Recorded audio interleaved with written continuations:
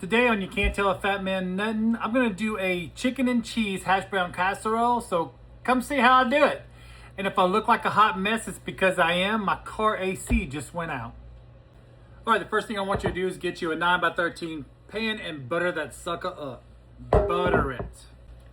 All right, next thing is get you a big bowl, one bag of hash browns, frozen hash browns. I like to let mine thaw just a little bit inside the bowl. All right, half a cup of sour cream inside the bowl. Nothing but Campbell's cream of chicken. Now, the recipe calls for 1 can. I'm going to use 2 because I like mine creamy. So, a can of, or 2 cans of cream of chicken. All right, you want some pimento and cheese, or the palmento cheese, whatever it is. I use that, but I really like the one with jalapenos in it. That's the one you should get if you like jalapenos. But you need 1 cup. You saw that big cup, didn't you? All right, get you 2 cups of shredded chicken. I buy a rotisserie chicken from Costco. Debone that and use that, not the whole chicken. Just about 2 cups. We'll put that in there.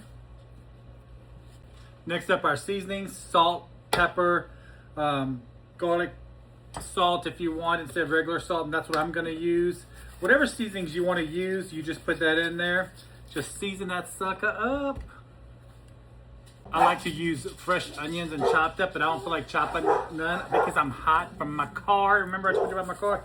I'm just going to use some minced onions and just throw that in there as well. And my dogs are going crazy. Somebody must be walking by the window on the road. Lord have mercy. Now, I have not made this with bacon, but I had some bacon left over that was already cooked.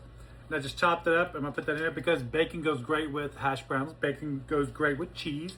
And bacon goes great with chicken. So why not? All you got to do is just give all this a mix and a stir.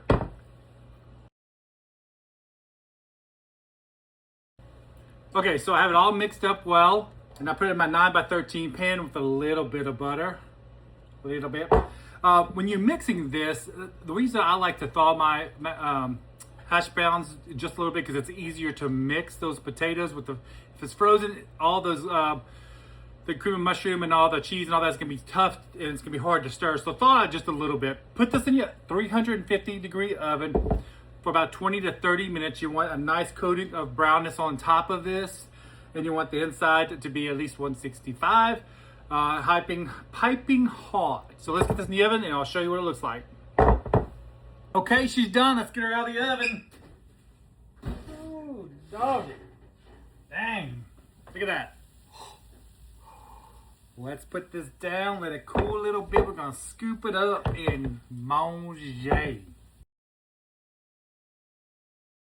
Right before I serve it, I'm going to get some crispy onions. I'm going to sprinkle on half of this because I'm not sure if my wife and my daughter's going to eat that. But I think this crunchy onion can give it a little bit of dimension, a little texture and flavor in there. And then you know, I always got to have my little greens. And some green onions on that. Let's plate this up. Ooh, that's hot, hot. That's hot, hot. Good Lord, it looks good. Now, it's hot. We gotta make sure we don't burn our mouths. Now it's time to lean in and dig in. Cheers.